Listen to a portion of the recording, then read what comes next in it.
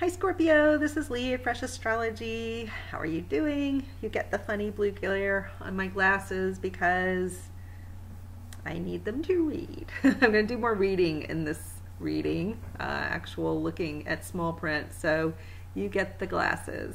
So I apologize for the glare because it gives me that, like you can't see into my eyes feeling. But anyway, hi, how are you doing? And we're going to be looking at 2019, the first quarter, which is January, February, and March. And before we get going, I want to let you know that I have holiday sale prices going on, links below for readings, coaching sessions. I've got early bird specials on the 2 courses I'm doing in January. And you can join Tribe for free if you're a woman over 40 and you're looking to reinvent yourself, recreate your life. Especially through the work you do. Join Tribe, it's free. You get into our community. It's a growing community of wonderful women, and we're going to be doing exciting things there. So get in early so you know what's coming up. The 2 classes I'm going to be doing are teaching people who are interested in doing astrology readings, or even tarot people who use astrology in their tarot practice. So one class is focused on doing love readings, how to do a love reading with compassion and using a coaching approach, and kind of how to do readings with the guiding principle of first do no harm. How do you go about doing this kind of quasi-intuitive, predictive work in a way that's actually helpful and not harmful to somebody. Because as you know, if you do this even on the side, even kind of just for your own amusement, and you're not really getting money for it yet, as you know, you can be working with people, even friends who seem more interested in getting readings, often are in kind of a painful place in their lives, or they're just having a bad day. So what that means is when you're working with them, they're very vulnerable in that moment. And there's a way you can deliver the news, and there's a way you can deliver the news. And I hear a lot of people, whether they're wanting a reading or giving a reading, saying, well, I tell the truth. Or people say, tell me the truth. Don't hold anything back. As though the truth were like this absolute thing, which I think most intelligent, mature people know the truth is not absolute. Let me just say it again. The truth is not absolute, and I think most of you know that. And so to say, tell me the truth, you're not really ever going to get the truth. You're going to get from any reader, can't help but filter the information through his or her own experience, his or her own interpretation of the data, whether or not that reader is connecting with you in a positive way. And you probably know, if you've been practicing even just a little bit for fun, you know that. You have a feeling for that. So in this class, the How to Do a Love Reading class, it's 2 classes where we do a lot of practice, and I give you some tools and some ways, some practical, ways you can go into a reading about love where you can help ensure that you're doing no harm, and beyond that, you might even be able to help and support somebody, and they'll remember you for that favorably. So if, whether it's a friend or family member, you definitely want that experience rather than a feeling where they're kind of either freaked out by you or don't want you to ever do that again. They may not ever say it, but there is that chance, if you're not using these tools and aware of your impact, that you can have that effect on people. And certainly if you're trying to build a client base, you want people to remember good things, right? And we can all have good intentions about how we do a reading for somebody. We can be really kind people and have great intentions and still do harm.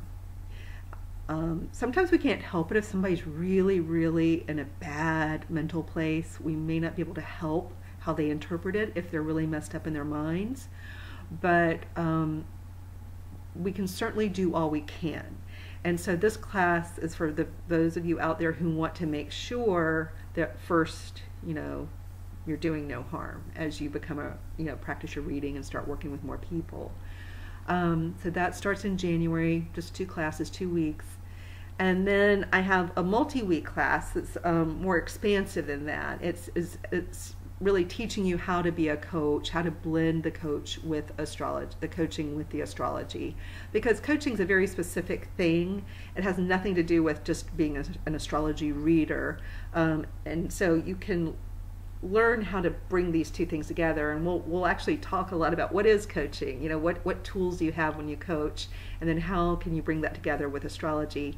A lot of people have asked me, do I need to be an expert in astrology to take this class? And the answer is no.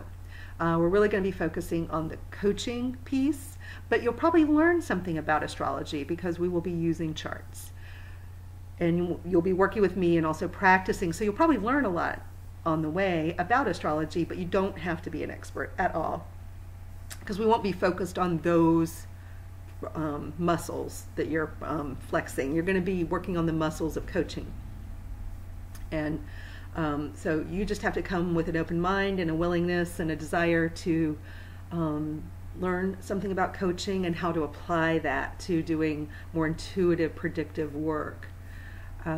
So come join us. It's going to be fun. I love these classes. We always have a great time.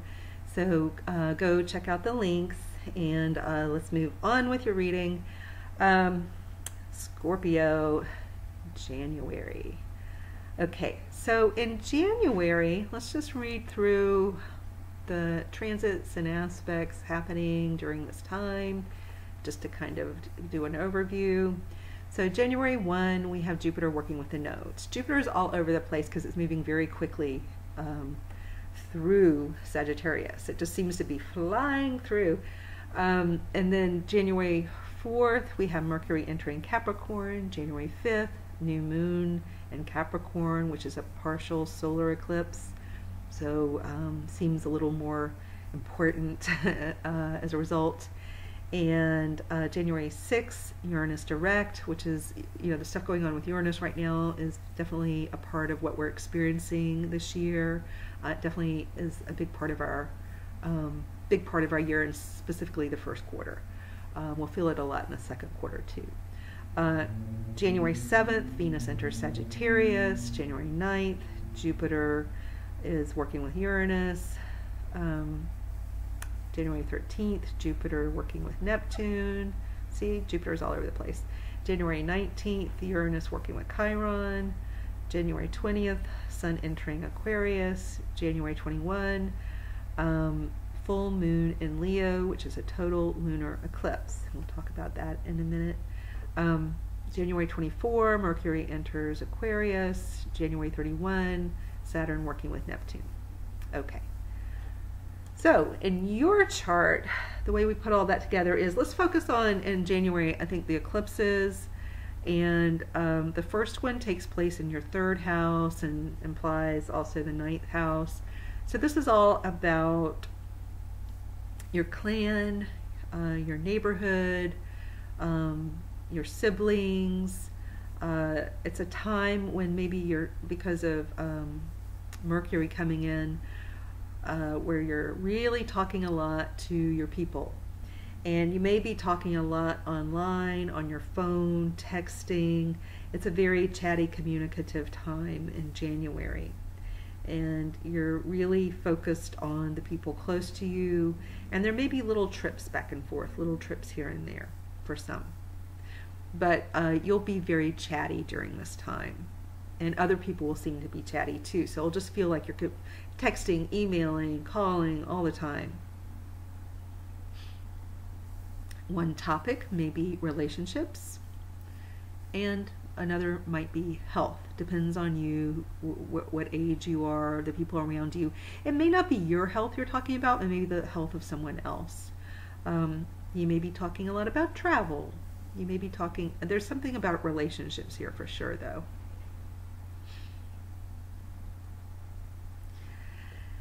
Then, and the second eclipse takes place in Leo, and this has more to do with your public world, how people see you. This is where you see big life events making their way out into public view, like, you know, changing your title somehow.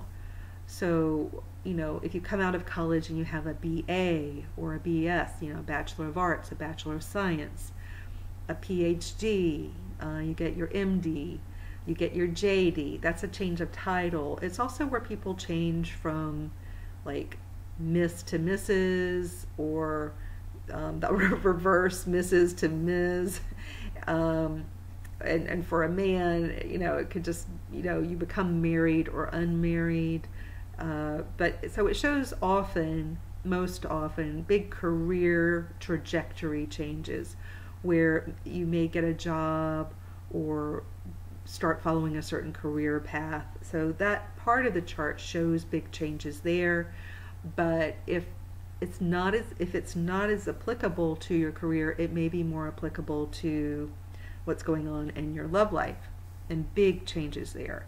And with Uranus hanging out over your descendant, there could well be, for many Scorpio people, big changes in the relationship zone. So this may be becoming more public, whereas it wasn't public, it's becoming more so. And with an eclipse of a full moon, there's this, the way I've been describing it is, you just kind of, if you look at a yin-yang symbol where half of it's dark, half of it's light, and then within the dark half there's this little light seed, within the light half there's this little dark seed. That's kind of symbolically what's going on with a total lunar eclipse.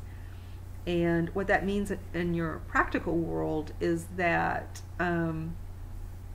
there may be things that are coming to light that you have been concealing or trying to keep kind of quiet, not for bad reasons, not necessarily. I mean, some people out there may be trying to keep something secret that really is a bad thing, but I think the vast majority of you are just like, you're not totally ready to be public with some things.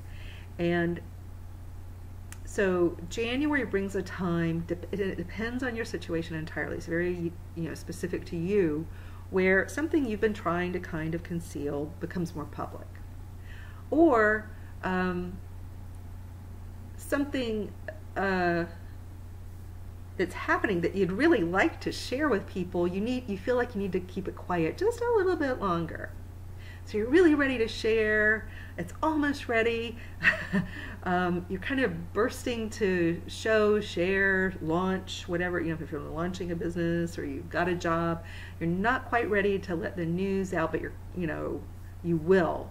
So it's either you're intentionally kind of concealing something that is, and you intend for it to come out, and then there are the things that just are coming to light that you have kept concealed. So if you get that difference, and it will be very public, but you're in charge, not always, but I think a lot of it has to do with relationships for you guys. For many Scorpios, this has to do with relationships. Let's move on to February. So let's read through February really quick. So February 3rd, Venus enters Capricorn. February 4th, new moon in Aquarius. February 10th, Mercury enters Pisces. February 14th, Mars enters Taurus. February 18th, Jupiter's working with the nodes. February 18th, we have this little cluster of activity around the 18th. February 18th, Chiron enters Aries. February 18th, Sun enters Pisces. February 19th, full moon in Virgo. So let's look at your chart.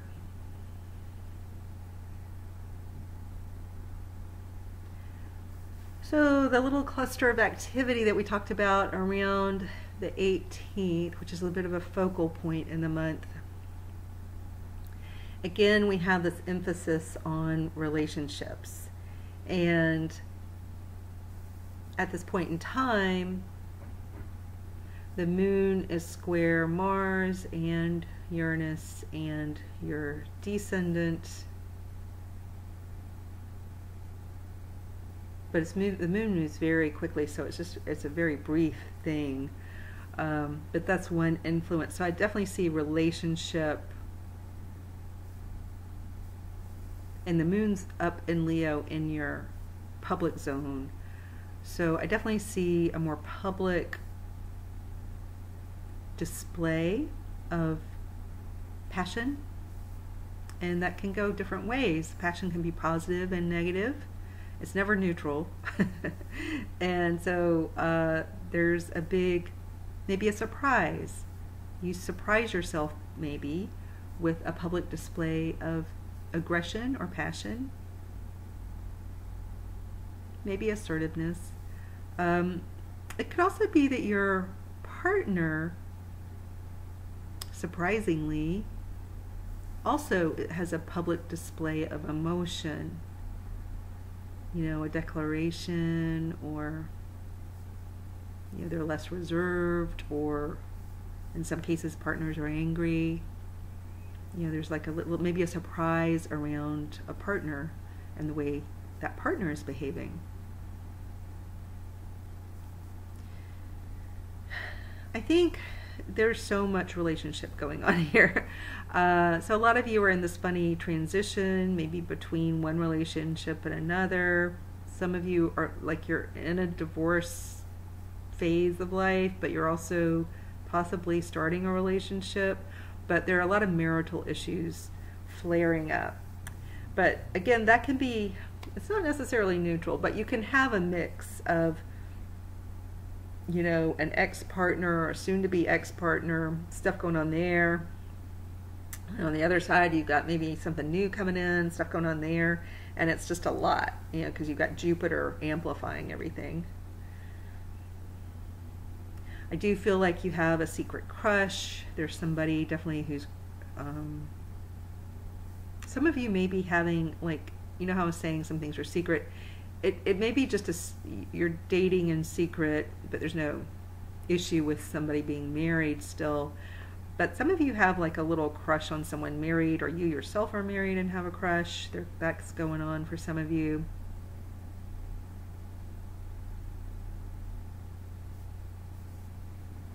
But I get the feeling that whoever is showing up in your life right now, it's very long-term. Long-term decisions are being made right now. So be careful. Be careful of jumping to conclusions or jumping the gun or making a snap decision, because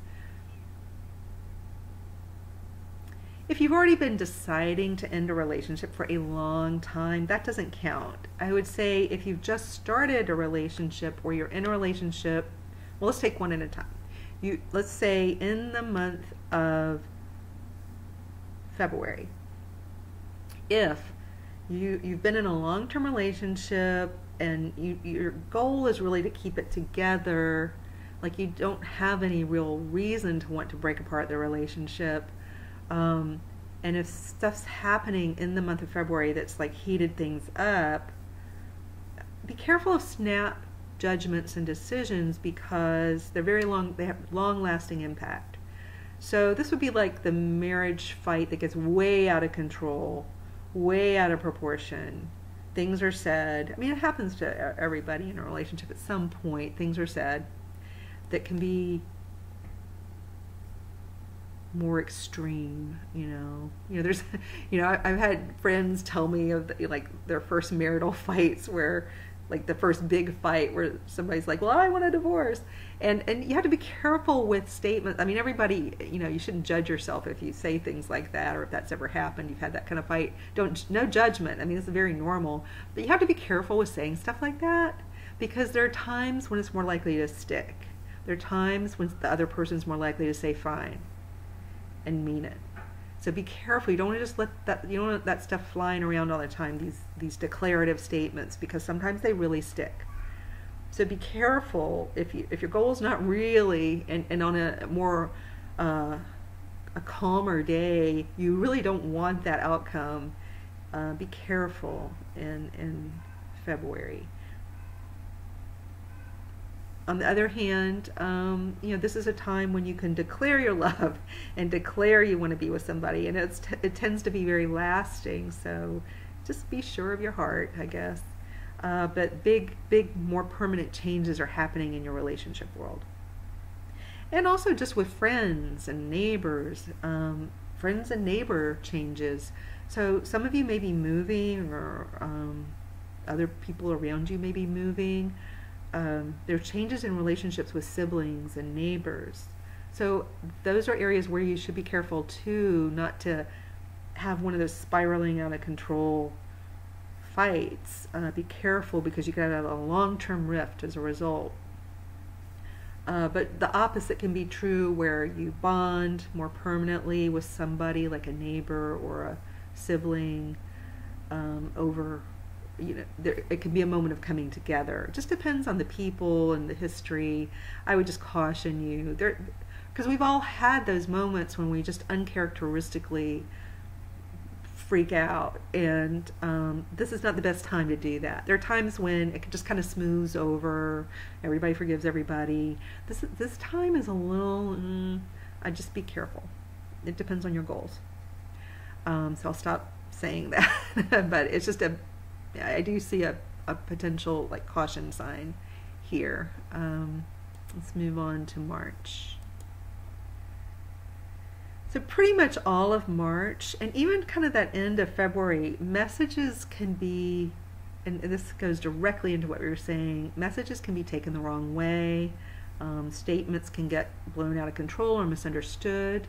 So there is a little bit of caution for you based on what's in your third house of communication. So it's not as caution-inducing for every other sign, but for your sign, I would say yes. Mars 1, Venus enters Aquarius. March 5th, Mercury retrograde. But really the retrograde starts before the actual turn. It's not a real turn, but the retrograde extends beyond the actual retrograde date and the direct date. There's a shadow period that extends beyond. So really the end of February, it comes into play. So all of March is feeling like a Mercury retrograde. It's a time to reevaluate, a time to start to clarify, a time to go back over things, and it's a month to slow things down. March 6th, Uranus enters Taurus. March 6th, new moon in Pisces. March 7th, Jupiter working with Pluto. So you can see around this March 5th to 7th time frame, there are a lot of little things happening right there. March 20th, Sun enters Aries. March 20th, full moon in Libra. March 24th, Jupiter working with the nodes. March 26th, Venus enters Pisces. March 28th, Mercury direct. March 31st, Mars enters Gemini, which is the sign not opposite you, but it's in this area of the 8th house, which can often show money issues, money things happening. But for you right now, it's more like it has to do with your love life. So there's more to indicate your love life during this particular time, although there is some money stuff going on too. But I would say for you, it's kind of continuing this love life theme.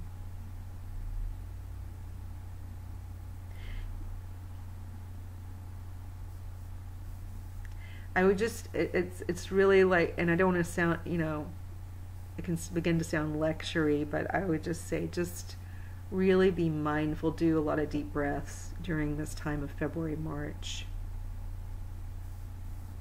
And again, it doesn't mean bad things are happening. You have Jupiter in your second house.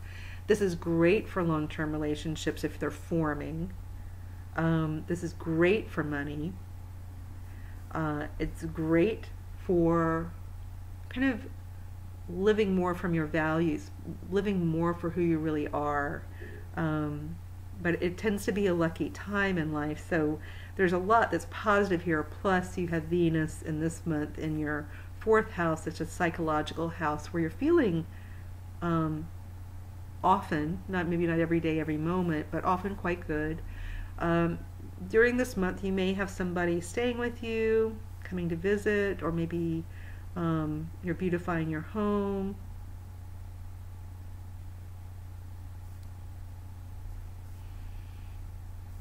You may, if you're dating someone, they could be back and forth. You could feel like you have this person kind of in the home with you, or maybe you go to their home. But there's this loveliness around, symbolically, whatever home is, in family. Maybe some family member visits who's very Venusian, Could be a female, like a sister, or it could be, you know, a child who's very Venus-like. Could be visiting during March.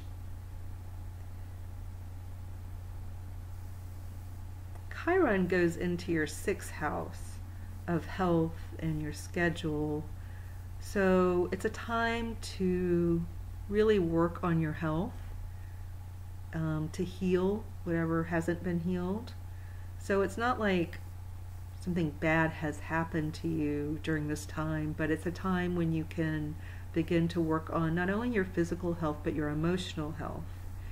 It's a great time to work with a counselor, maybe to take medication or to try new things, you know, that don't involve medication. But it's a time to, you know, with Venus down there in the 4th, it's a great time to begin working on yourself and, you know, in a more holistic way, and just making sure you're doing the nurturing and self-healing that you need to do. And during this month, you have Uranus bang on your descendant with Mars in your 7th house. And I think, what I think about this is that for, you know, if you're in a couple situation where things have been brewing and not going well, and you know already if you're in a divorce situation, right? If that's not you, don't worry about this, because this could be more about, I would say for those of you where your relationship isn't in jeopardy and you're in a long-term relationship right now, this is more about changes going on for your partner. You may notice that your partner is going through a lot of changes, and this happens as we age. This happens, you know, at different phases. You know, when we hit our 30s, we have a whole set of changes that happen in our personality, in our world. You know, we're going through like a certain developmental phase. You continue to go through developmental phases after childhood. Then in your 40s, you go through yet another developmental phase, and then in your 50s and 60s and so on. You know, and this is about your partner going through a certain kind of set of changes.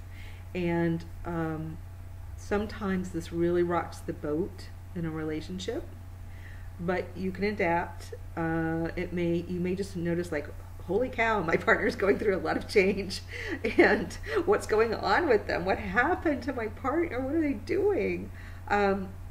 Excuse me, my nose is itching. So you may just be like sitting there kind of in shock, you know, watching, as though watching a movie, your partner just doing whatever he or she is doing. And they may just be very emotional, kind of keyed up, so, you know, some of you, or they may just be very amorous. Like you may be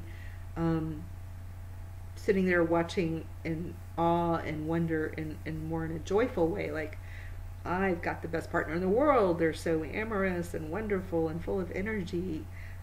So it doesn't have to be a negative, but you may be just kind of observing who's across the way from you in a relationship. This could be at work too. It doesn't have to be love. And thinking, wow.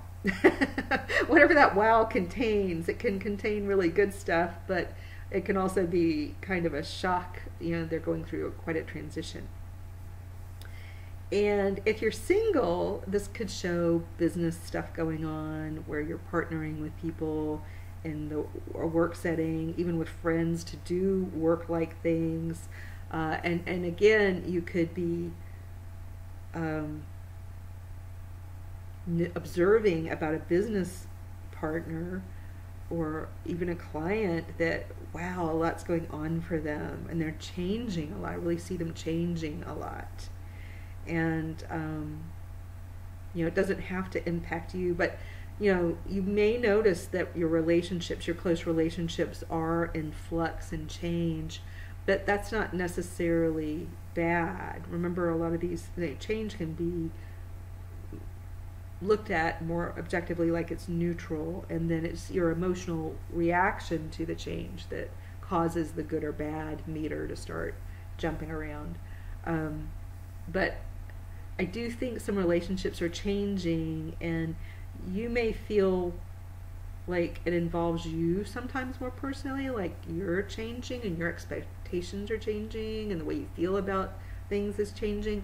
Or you may feel that distance where you're really like watching a movie of the other person, and just, it's like kind of the, one example of this, it's like the midlife thing where suddenly, your spouse comes home with a red race car, they've gotten rid of the van, and and you just are watching them go through something. And women can do it too, and it doesn't mean they're having an affair, it just means they're going through something. Yeah. It's a very, very people-oriented time. A lot going on there. And I think the only cautionary note for you is to be careful not to get sucked into the past patterns. Just try to keep that forward momentum, moving forward, finding new ways to do things. It's kind of like it's a time in your life to forge ahead and create a new life. But there is a lot happening from your past that continues to affect you, and there's a temptation sometimes to get sucked back down into it. And just try to keep looking forward and knowing that you can reinvent yourself, and you're in that process, and you're going to do a great job. And sometimes you just need to, sometimes it is useful to step back and look at everything like it's a movie, so that you don't feel so sucked into it. You don't have to get sucked into everyone else's drama. So some of you may need to hear that. I think overall, still, I would say a lot of lucky things are happening for you, especially financially. So if you want to start working again, or if you are working, I think some really good things are happening for you on the job front, career front, and money is just overall tends to be good, but I do think you also have a lot of expenses. So just pay attention to how you manage that. All right, guys, that is it. And take care. Enjoy this first quarter. All right, bye.